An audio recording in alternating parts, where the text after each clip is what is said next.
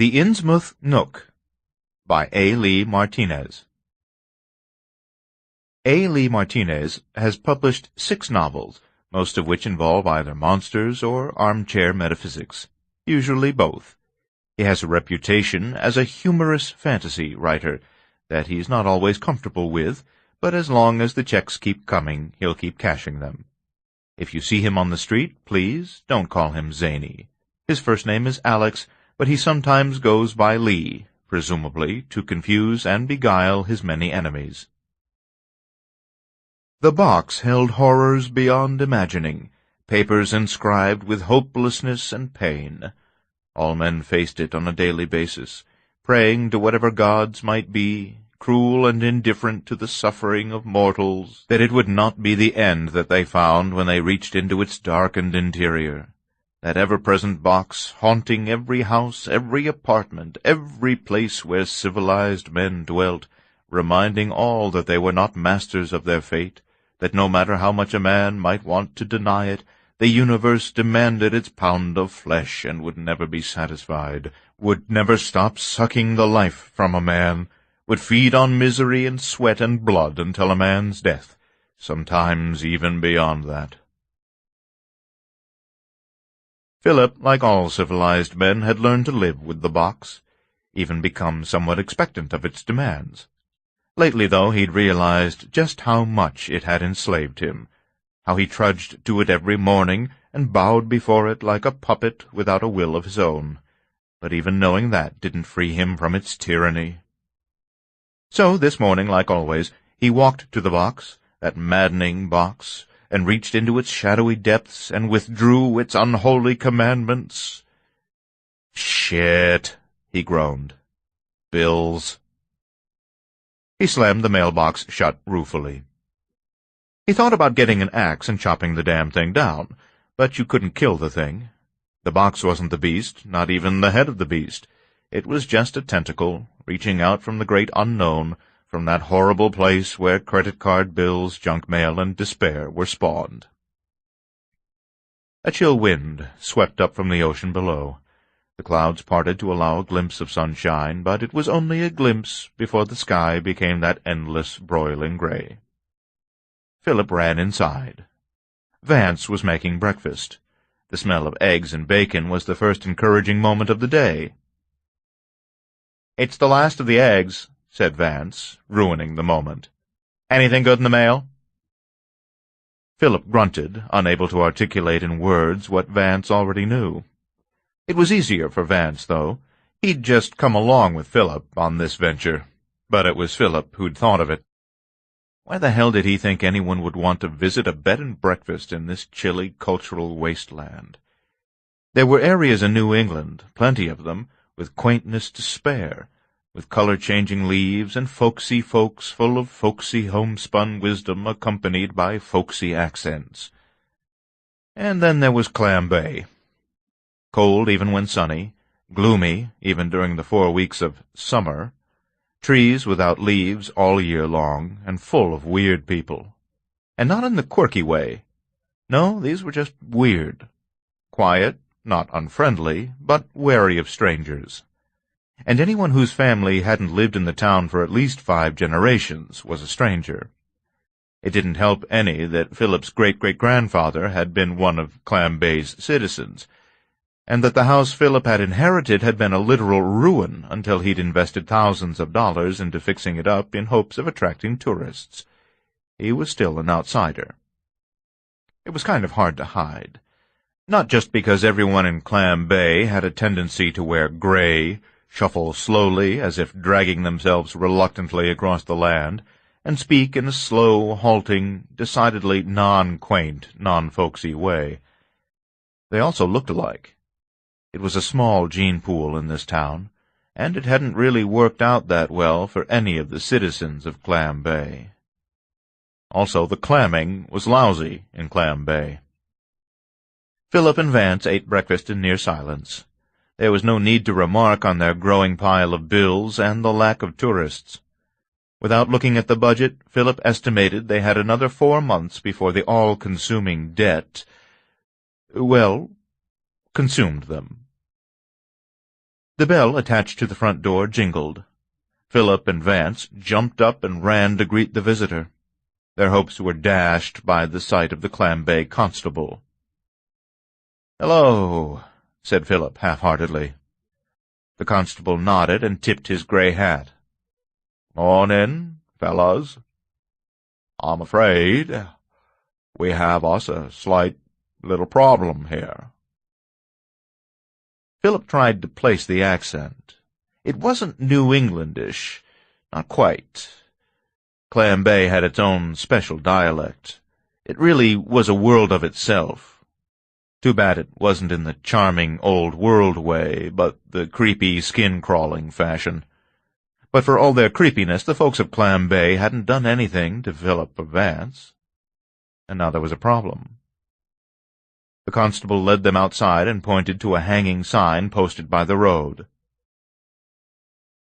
"Want to tell me about this?" Vance said, "I found it in the attic. Thought it looked old world. Kinda cool." The icy wind made the sign swing. The constable steadied it. "We'd like you to take it down, if you could." "Why?" The constable made a snorting noise and spat up a wad of green phlegm. "We just would rather if you did." "Excuse me," said Vance, "but this isn't a police state, is it? We can have anything we want on our house, can't we?" The constable frowned. It wasn't easy to detect because the citizens of Clam Bay had mouths bent downward naturally. "Yeah, it's just, well, we don't like to think about it. About the old town name, huh?" He worked his jaw as if testing to see if it still functioned properly. "You can barely read it," said Vance. "It's a memory," said the constable. "A bad memory that we would rather forget." He gazed out toward the ocean with a strange combination of yearning and dread. Nobody swam in Clam Bay's waters. They were too cold. But sometimes Philip would catch a citizen or two standing on the beach, always with that same unsettling expression. "We'll take it down," said Philip. "No problem." The constable nodded. "Yeah." He rubbed his face. "Yeah." He shuffled away, never taking his eyes off the sea. "Why'd you agree to that?" asked Vance. "It's a free country." "Oh, stop it," said Philip. "Who really cares? We gotta live here, right? At least for another few months." "It's censorship. It's bullshit." Yeah, you can fight the good fight when we go back to New York." Grumbling, Vance wrestled with the sign, stubbornly trying to uproot it with his bare hands. Clam Bay's general store was large on the outside, but on the inside it was half empty. The weird thing was that instead of splitting the store down the middle with empty aisles on one side and filled aisles on the other, the arrangement was seemingly random. There was the canned goods aisle, an empty aisle, the cereal aisle, produce, another 2 empty aisles, frozen foods, 1 more empty aisle, ethnic foods, which amounted to tortillas and taco shells, several more empty aisles, and at the very end, farthest from the entrance, the meat aisle. Even weirder, the lighting of the store was a murky twilight that refused to venture into the empty aisles, leaving them shadowy regions of darkness. Sometimes Philip thought he saw something lurking in the aisle between frozen and ethnic. Not exactly saw, but sensed. There was nobody ever in the store. He was sure that people shopped here. They had to. It was the only place to get groceries. But he never saw anyone other than the raggedy guy by the cash register. So Philip wasn't really paying attention when he nearly plowed into the woman as he turned into the aisle. They jumped simultaneously. "Oh, geez, I'm sorry," he said. She smiled. It had been a while since he'd seen a smile like that, and she wasn't wearing standard clam bay gray or black. No, she had on a blue sweater and some tan slacks, and Philip realized how cheery tan could be in these circumstances.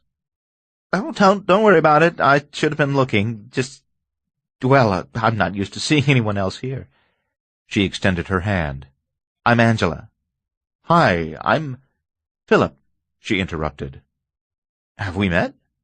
"Oh, no, I just arrived in town yesterday, but the village is buzzing with gossip about the two," she made air quotes, "big city fellows who moved into the Bay." He had a hard time imagining Clam Bay buzzing. The cashier was sitting slouched by the front of the store, motionless, staring out the window. Angela moved past him and headed toward the register. He hadn't finished his shopping, but he followed her. "So what brings you to Clam Bay?" he asked. "Just visiting my mother." That surprised him. She didn't have the look of someone born here. She wasn't gorgeous, or even especially attractive. In a different place, she might even be on the pretty side of plain. But here, in this place, she was a knockout. How the gene pool worked that one out, he couldn't figure. "I was adopted," she said. "That's what you were thinking, right?" He nodded. "Yeah, was it that obvious?" "No, but it's the first thought any outsider should probably have." "So how about you?" she asked. "Why did you and your—" she broke out the air quotes again, "life partner decide to move to Clam Bay?" "Not really a good reason for it, I guess. Just bad judgment on—" "Wait, what did you call us?" "Oh, I'm sorry." She blushed. "Was that the wrong term? I didn't mean to offend." "You think—" we're not gay." She laughed. "Oh, it's all right. Nobody here cares about something like that. We're pretty tolerant of alternative lifestyles." "We're not gay," he said with a little more force than intended. "We're just friends." "Are you married?" "No." "Girlfriends?" "Not at the moment." "Confirmed bachelors?" She raised an eyebrow. "Not confirmed," he replied. "So 2 single guys from the big city move to our little town and open a bed and breakfast. But you're not gay." "We're just friends," he said. "Right. Because straight men open bed and breakfasts all the time." "These straight men did." "Straight men named Philip and Vance." He wanted to argue, but he was suddenly beginning to question it himself. The thought was so distracting that he barely noticed when she ended the conversation and bid him farewell. Vance took the news of their big city fellows' status better than Philip, probably because it turned out that he actually was gay. "You're what?" "Well, I'm not entirely sure," said Vance, "but I'd say it's 70-30 for it." "But I've seen you with women." "That would be the 30 part of the equation," said Vance as he sipped his coffee. "Oh, my God! That's why you agreed to do this with me. You think I'm gay, too." Vance chuckled. "Dude, you're not gay." "I know I'm not, but do you know I'm not?" "I'd say 92-8 on the straight side," said Vance. "How the hell—" "They've made some terrific advances in gaydar, dude." Philip laid his head on the table and thought about it for a while. "So 8% gay. Remember that week you went around humming Hello, Dolly? That's worth 8%?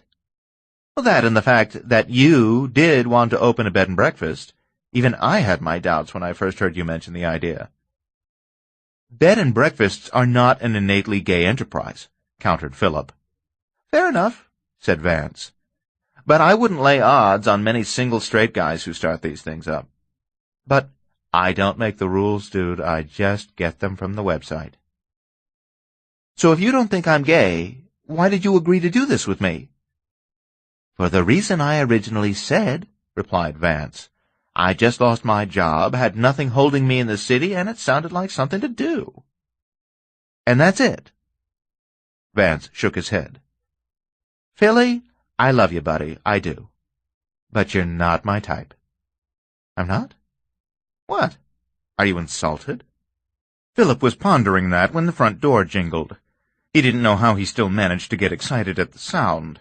It never meant a tourist looking for a room. It had been raining for the last few hours, a slick, frozen rain that made the roads hard to travel. So maybe someone had to stop, and the Nook was the only place convenient. It was a long shot, but he peeked out into the foyer with a smidgen of hope. It was Angela. Although she wasn't a tourist, she wasn't an unwelcome sight. He introduced Vance. "This is my friend, Vance," he said, hitting the friend part hard. "My good friend, Vance." Angela and Vance exchanged smirking glances, and he could see their point. Hitting friend too hard was a double-edged sword. It could be trouble. "Don't mind him," said Vance. "He's just discovering he's homophobic, but otherwise he's a good guy." They gave her a quick tour. The rain started coming down harder, judging by the increasing beat on the roof.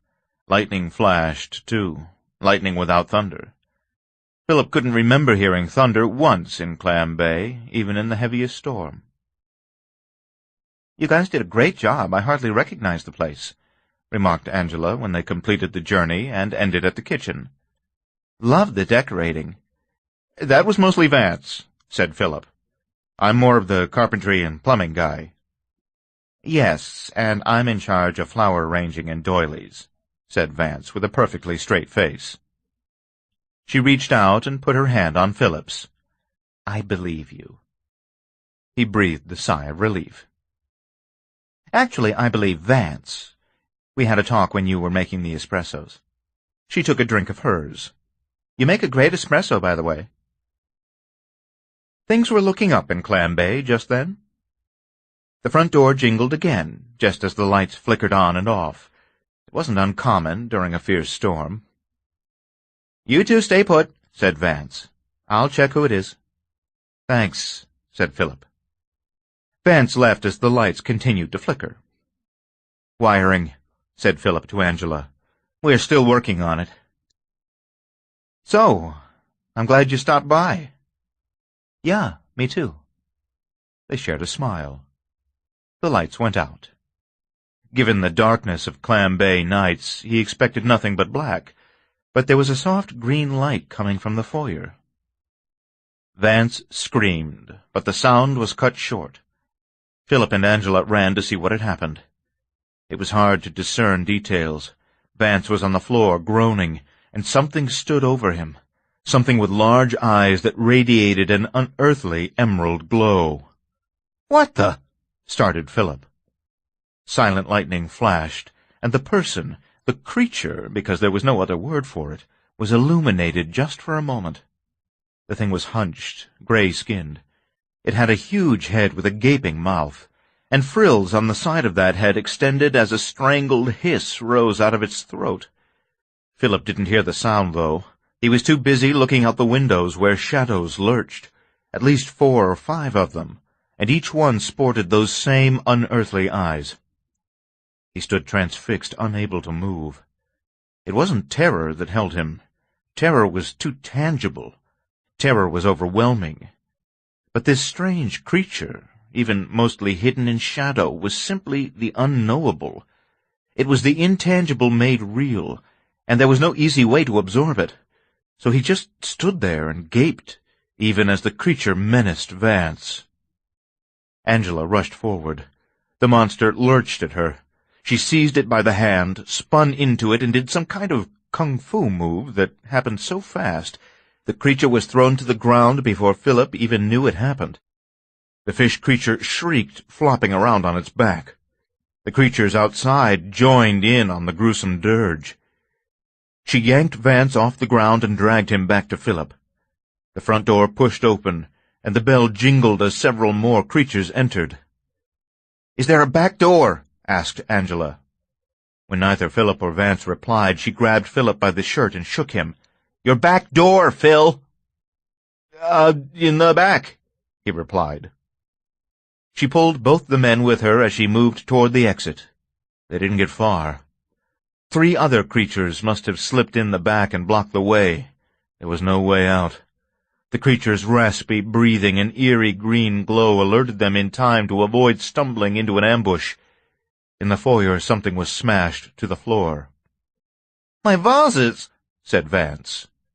But he said it the fancy way, the way Europeans did. Philip wondered why it had taken him so long to figure out Vance was gay. Then he wondered about the stereotyping, and how absurd it was. Then he realized how absurd it was to think about this while the creatures from the Black Lagoon were about to eat him alive. But that was kind of the point. It was easier to think about something stupid than about the alternative, pressing as it might be. "The cellar," whispered Vance. "We can hide in the cellar." Philip had always hated the cellar. It was musty and dank. But it was the only choice as the creatures closed in on the kitchen. They went down.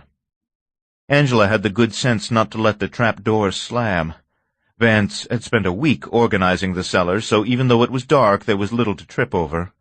Vance moved like a cat. At least, Philip assumed Vance did. It was hard to tell in the darkened cellar. But Vance managed to retrieve a flashlight without making a lot of noise. He flicked it on, covering it with his hand to keep the light low. They said nothing as the creatures trod over their heads. They watched the trapdoor, waiting for it to open, waiting for the monsters to come down and devour them. But after a few minutes the creaking stopped, and the raspy breathing faded. They still didn't speak for another 5 minutes after that. "What the hell are those?" Vance finally asked, so softly Philip almost didn't hear him. "Are those monsters?" His voice rose. "Are those fucking monsters?" "Deep ones," said Angela. "What the hell is a—" "Just a story," she said. "Not even that." "What's that supposed to mean?" She wiped her brow. "It's hard to explain. You know how every small town has a story? Clam Bay is no different." "I'd say it's different," whispered Philip through clenched teeth. "I'd say it's very goddamn different." The floor creaked, and they were quiet again. Angela leaned forward, the flashlight casting eerie shadows on her face, making this seem like a ghost story told around a campfire. Except the ghosts were real, and it wasn't some dumb kid ready to jump out and yell "boo" when you got to the scary part. No, it was an actual monster that was going to jump out. "A long time ago," she said in a low, low voice. "Back before Clam Bay was Clam Bay. Back when it went by another name. The people made a pact with the ancient god who waits in the depths of the ocean." "What's he waiting for?" asked Vance. "Nobody knows," replied Angela. "Then how do they know he's waiting?" "That's hardly important at this moment," said Philip. "Well, she brought it up," said Vance. "Will you just shut up about the waiting?" Vance glared. "You don't have to raise your voice at me like I'm the asshole." "You're right. Sorry. If anything, you're the asshole if you hadn't come up with this B&B idea in the first place." "I know," said Philip. "I'm just asking a question, trying to get a handle on the situation." "Holy hell, Vance, I've already apologized. What the hell more do you want from me?" "Are you sure you two aren't a couple?" asked Angela. "Just finish your story," said Philip. "There's not much more to tell. The Deep Ones came as servants of the sea god. They offered secrets of power and immortality, and the people took them up on it. I'd rather not get into the details." "What details?" asked Vance. Angela paused. "They're not important." "Maybe there's a clue to what these things want," said Philip. "I hope not," she mumbled to herself, though they both heard. Caught, she was overpowered by their intent stares. "Okay, but you aren't going to like it. They, I believe the term used is mingled their blood." "You mean they cut themselves?" asked Philip.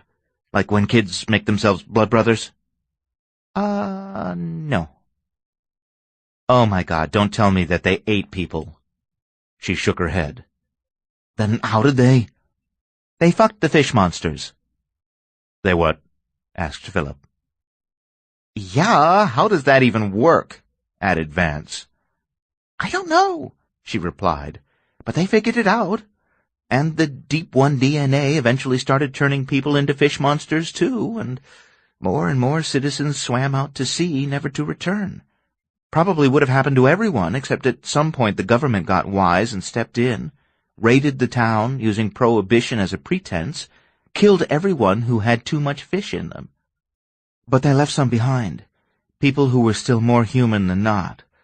The town renounced the Deep Ones, and everyone tried to forget about it. Most of the citizens left, but there were still some who had enough Deep One in them that they couldn't leave the bay, couldn't abandon the sea. They stayed behind, trying to move on as best they could, waiting for the Deep Ones to return, anticipating their return, but dreading it at the same time. And now they're back, said Philip. To have sex with us, said Vance. An ominous silence filled the cellar. We were all thinking it, said Vance. That didn't mean you had to say it, said Philip. The cellar door creaked as it slowly opened. They searched for a place to hide, but there was none. A pair of Deep Ones lumbered down the stairs. They moved with the same shuffling gait the citizens of Clam Bay possessed. The flashlight and their glowing eyes mixed to form a putrid illumination, allowing Philip his first clear glimpse of the monsters. The resemblance to the citizens of Clam Bay was rather obvious, from the walk to the slack-jawed expression to the only slightly more scaly skin. If anything, the Deep Ones seemed less monstrous because they were fully monsters, not caught in some halfway genetic dead end. Despite his best efforts, his glance fell across the lead creature's groin. They seemed to lack the necessary equipment for blood mingling, but maybe they were more fish than human. He was no expert, but he thought fish reproduced by laying eggs, and then the male would come along and deposit his contribution. If that was the way this was going to work, he supposed he could handle it. A thunderclap rattled the house. The first thunderclap Philip had heard in Clam Bay, and possibly the last. The lights flicked back on, revealing the Deep Ones in all their briny, mottled green glory. Vance seized a wine bottle and smashed it over the leader's head. The bottle shattered. Red dripped down the Deep One's body, but it was wine, not blood. The creature itself appeared unharmed. It didn't even move with the blow. But it did turn its fish head slowly, degree by degree, in Vance's direction. He smiled and laughed nervously, as if trying to pass the whole thing off as a bad joke. The Deep One opened its mouth. A horrible gurgle bubbled up from its throat. Its body twitched in a spasm. Its gills throbbed. It retched, spewing a black stew of seaweed and fish bones all over Vance. Philip hoped this wasn't foreplay. The last time he'd been willing to have sex while covered in vomit, he'd been in college. He wasn't nearly drunk enough tonight.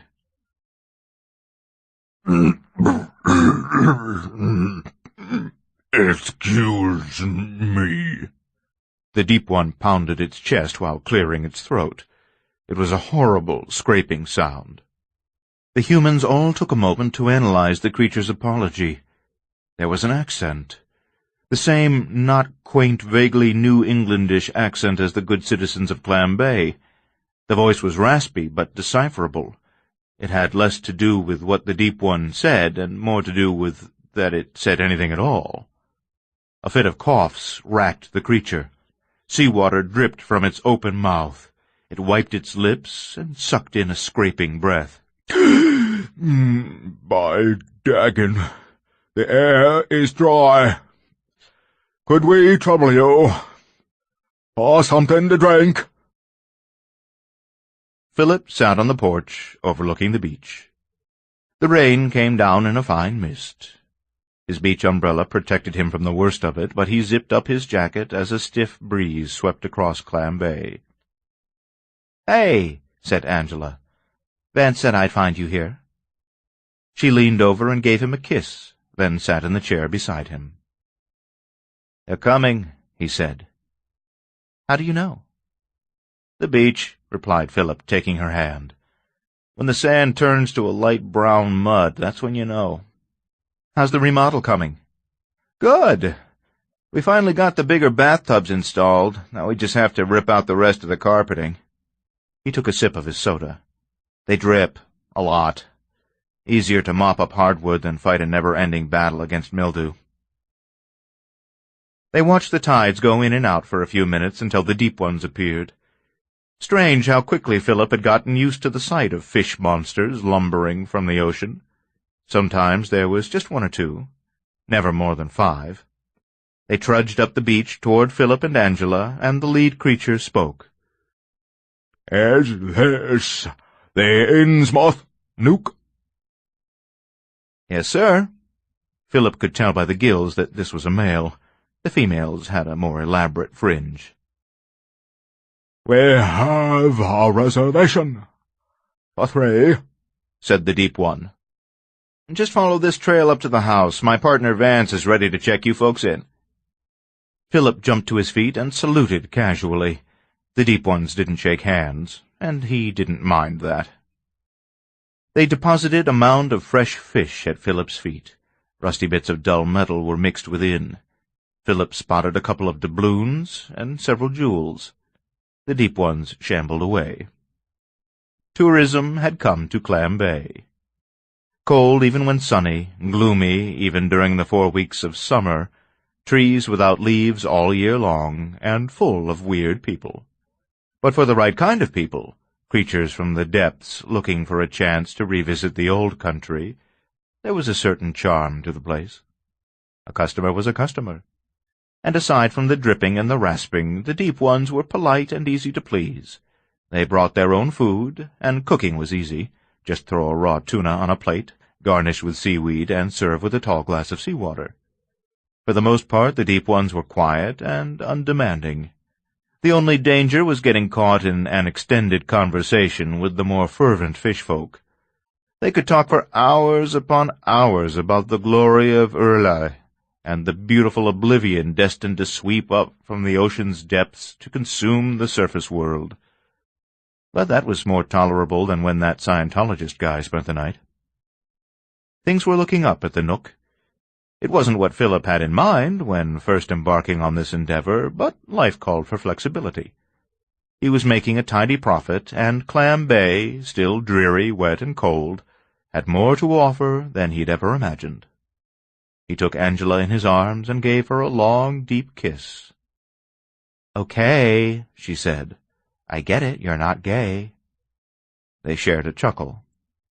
"So, up for a little mingling?" he asked. "I thought you'd never ask." Smiling, she took him by the hand and led him toward the Nook.